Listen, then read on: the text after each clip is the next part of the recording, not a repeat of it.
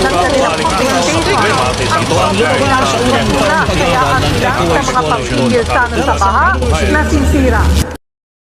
Aabot po sa signal number 5 ang pinakamataas na babala sa hangin dahil magiging super typhoon ang bagyo mula po yan Sabado ng gabi, November 8. Yun po. Area sa maraming bahagi ng bansa. Apektado ng nasabing RPA ang Caraga Region, Davao Region, Visayas, Region, Quezon Province at Palawan.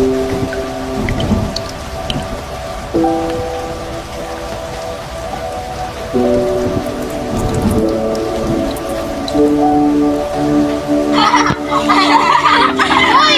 Umuulan ba? Umuulan na!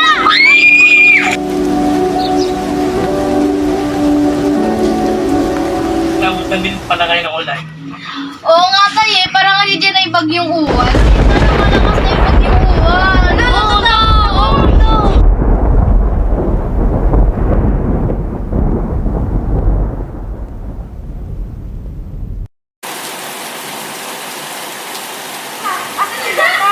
Hala, paano tayo pabalik? Lumalakas na yung ulan. Hala!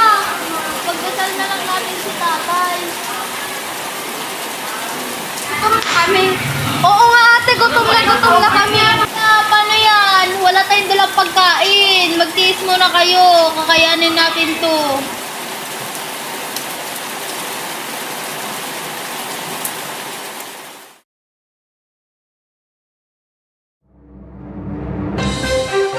Balitang balita, dahil sa bagyong uwan, madami ang nasiraan ng bahay, kabilang ang Tarlac. Tama ka. Maraming taong nasiraan ng bahay dahil sa bagyong uwan.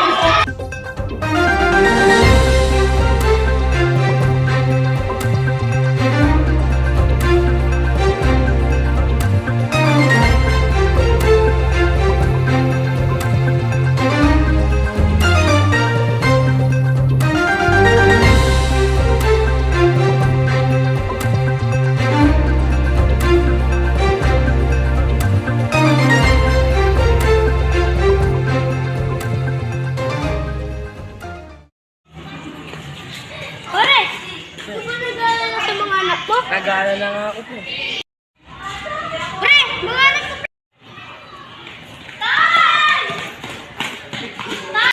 Oo, Tay, buti buhay ka pa. Sinong tumulong sa'yo? Oo nga, Tay, buti Tay, buhay ka pa kasi mataas yung baha sa atin. Ito si paring Mike ko.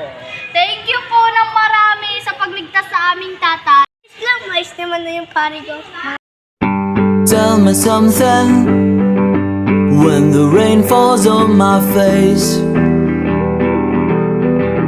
How do you quickly replace it with a golden summer smile? Tell me something when I'm feeling tired and afraid. How do you know just what to say to make everything alright?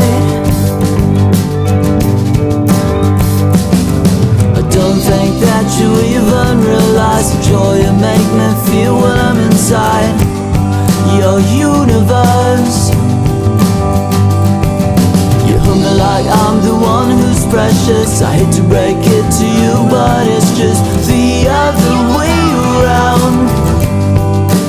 You can thank your stars all you want, but I'll always be the lucky one.